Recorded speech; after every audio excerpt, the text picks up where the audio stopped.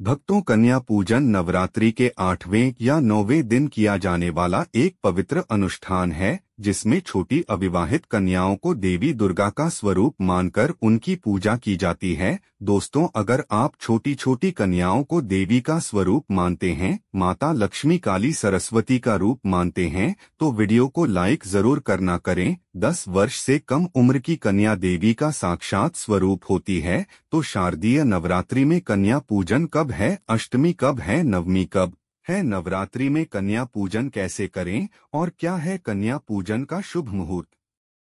जानिए, कन्याओं को भोजन में दही जलेबी खिलाए या घर का बना खाना या पूरी कचौरी या पक्का खाना, कन्याओं को कौन सी थाली में, कौन से बर्तन में भोजन करना चाहिए, कन्याओं को उपहार में क्या देना चाहिए और क्या नहीं, और यह भी जानिए नवरात्रि में कलश के ऊपर जो नारियल होता है उसे तोड़कर कन्या को दे या गंगा में विसर्जित कर दे। जानिए सब कुछ इस वीडियो में। कन्याओं को ऐसा खाना तो गलती से भी मत खिला देना, पूरा परिवार बर्बाद हो जाएगा, व्रत टूट जाएगा। साथ ही साथ जानिए किस उम्र की कन्याओं को देवी का स्वरूप माना जाता है। आज का वीडियो बहुत लाभकारी है दोस्तों। नवरात्रि का यह पावन पर्व 9 देवी अर्थात 9 कन्याओं को समर्पित है। कन्या पूजन करने से हमारे समस्त प्रकार के दोष दूर होते हैं। आपको बता दें, इस बार माता रानी हाथी की सवारी पर पृथ्वी लोक पर आ चुकी है और हर घर में भ्रमण कर रही है और भक्तों के कष्टों को दूर करेंगी। जब माता रानी हाथी पर सवार होकर आती है,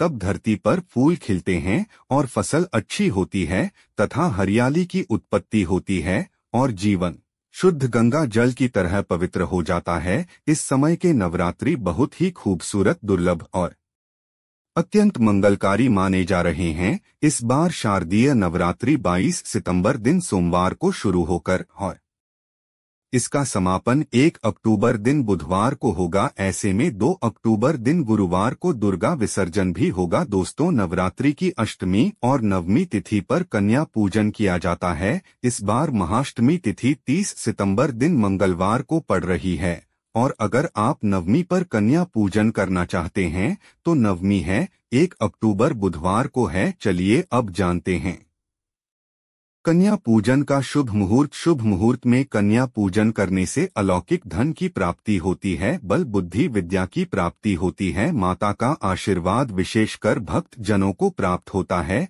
कन्या पूजन का मुहूर्त है 1 अक्टूबर। नवमी पर अक्टूबर को कई शुभ मुहूर्त भी कन्या पूजन के लिए बन रहे हैं, जिसमें ब्रह्मा मुहूर्त सुबह 4:40 से लेकर 12:30 तक रहेगा, 11:43 से लेकर 12:30 तक रहेगा। विजय मुहूर्त 2:30 से लेकर 2:39। तो इसके अलावा 5:55 से लेकर इस मुहूर्त में आप कन्या पूजन कर सकते हैं। नवरात्रि 22 सितंबर शुरू हुए थे और 2 अक्टूबर को समाप्त होंगे। शास्त्रों में 9 दिनों के नवरात्रि को बहुत ही शुभ और मंगलकारी माना जाता है और 10 दिनों के नवरात्र शारदीय नवरात्रों को ही माना जाता है, क्योंकि इसमें 10वें दिन दुर्गा विसर्जन किया जाता है।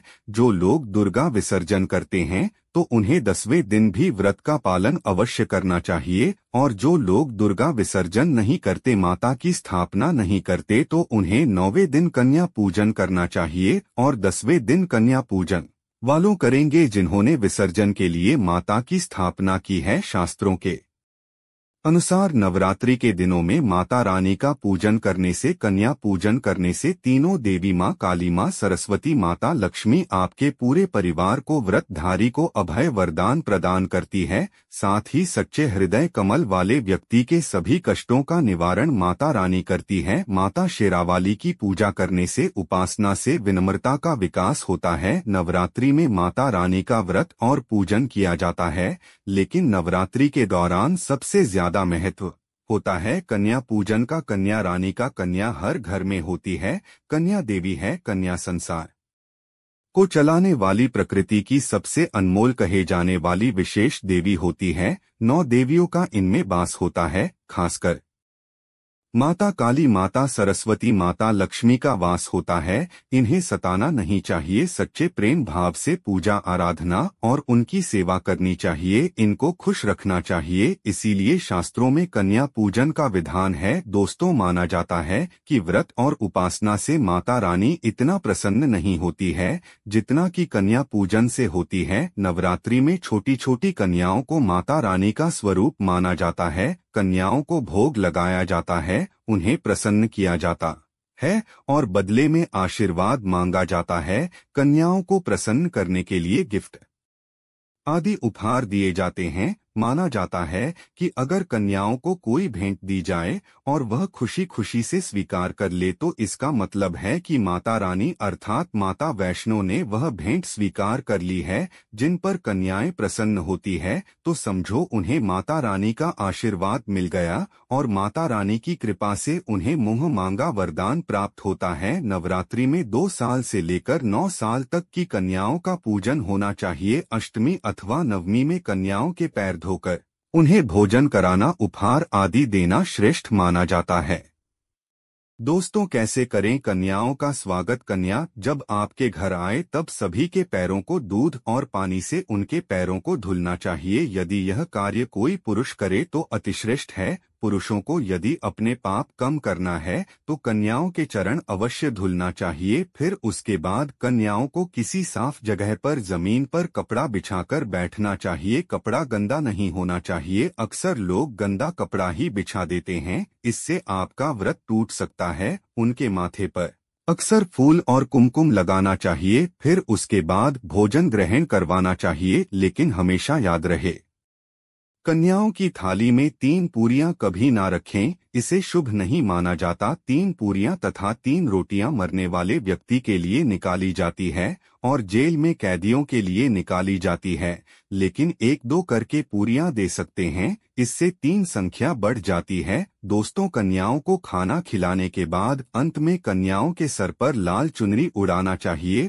और भोजन में आपको खीर, पूरी, हलवा, चना तथा आलू की सब्जी, छोले वगैरह की सब्जी खिलाना चाहिए। पनीर खिलाया जा सकता है, लेकिन भूल से भी लहसुन और प्याज का इस्तेमाल कभी ना करें, अन्यथा अनर्थ हो जाएगा। क्योंकि हमने शुरू में ही बताया है कि कन्याओं में माता लक्ष्मी, माता सरस्वती और माता काली का स्थान होता है। इसीलिए लहसुन प्याज उनकी थाली में ना परोसें, क्योंकि इस दिन माता जागरूक अवस्था में होती है। अक्सर कई लोग कभी कभी ज्यादा ओवर स्मार्ट हो जाते हैं। वह कन्याओं को चिप्स, कुरकुरे जैसी चीज खिलाते हैं, जो कि घोर अनर्थ माना जाता है, क्योंकि इसमें लहसुन प्याज होता है, जिसके कारण आपका व्रत खंडित हो सकता है। माँ दुर्गा क्रोधित हो सकती है। जहां अपने 9 दिन तक व्रत रखा, लहसुन प्याज का परहेज किया, लेकिन अंत में आपकी एक गलती पूरे व्रत को खंडित कर सकती है। कन्याओं को गलती से भी डब्बा बंद चीज ना खिलाए जिसमें लहसुन प्याज होता है। मार्केट में कई ऐसी चीज होती है जिसमें लहसुन प्याज का इस्तेमाल होता, ऐसा आप गलती से भी मत करना। दोस्तों, कई लोग कन्या पूजन में खाना घर पर नहीं बनाते और मार्केट से रेडीमेड खाना लेकर आते हैं और उसे कन्याओं को खिलाते हैं और दही जलेबी खिलाते हैं। यह शुभ नहीं माना जाता। भले ही आप दही जलेबी खिला सकते हैं, परंतु माता को घर का बना हुआ शुद्ध खाना, शुद्ध भोजन ही अति प्रिय है। खासकर नवरात्रों के दौरान घर में पक्का खाना अवश्य ही बनना चाहिए। माता रानी बहुत प्रसन्न होती है।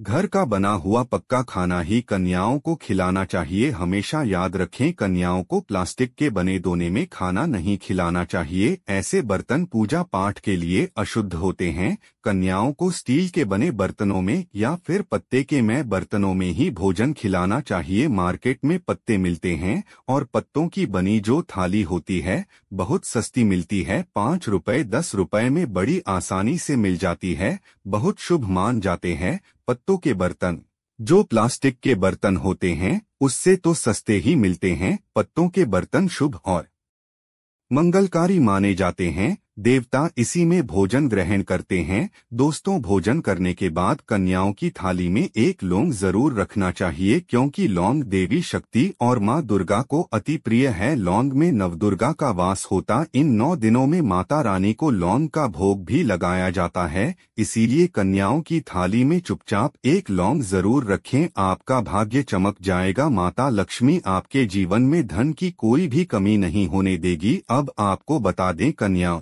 को उपहार में क्या दें। कन्याओं को खुश करने के लिए उनकी थाली में दक्षिणा डालें, ताकि आपके घर में संपन्नता बनी रहे और घर में धन की कोई कमी ना हो। कन्याओं को एक सुंदर सा गिफ्ट दे सकते हैं। शास्त्रों में बताया गया है कि कन्या जितना खुश होती हैं, माता रानी उतना ही जल्द फल की प्राप्ति प्रदान करती है। ऐसे में आप कन्याओं को चॉकलेट बॉक्स दे सकते हैं, खूबसूरत कपड़े दे सकते हैं। याद रहे, गलती से भी काले कपड़े ना दे। स्टील के बर्तन भी गिफ्ट के तौर पर दे सकते हैं। याद रहे, कन्याओं को लोहे का कोई भी सामान नहीं देना चाहिए। दोस्तों, जब कन्या अपने घर के लिए प्रस्थान करें, उनके चरण जरूर छुए और अपने मन में अपनी प्रार्थना को पक्का करें। सच्चे दिल से मांगी हुई इच्छा माता रानी अवश्य ही पूरा करती हैं।